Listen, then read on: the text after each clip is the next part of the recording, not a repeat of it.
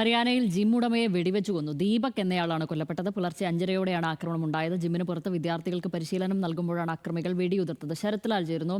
ശരത്ലാൽ, അക്രമികളെ തിരിച്ചറിഞ്ഞിട്ടുണ്ടോ? എന്താണ് സംഭവത്തിന്റെ വിശദാംശങ്ങൾ? ഇന്ന് വളരെ നടക്കുന്ന ഒരു സംഭവമാണ് അതിരാവിലെ തന്നെ ഹരിയാനയിൽ നിന്ന് റിപ്പോർട്ട് ചെയ്യപ്പെട്ടത്. ഇത് പ്രണയവിവാഹവുമായി ബന്ധപ്പെട്ട തർക്കമാണ്.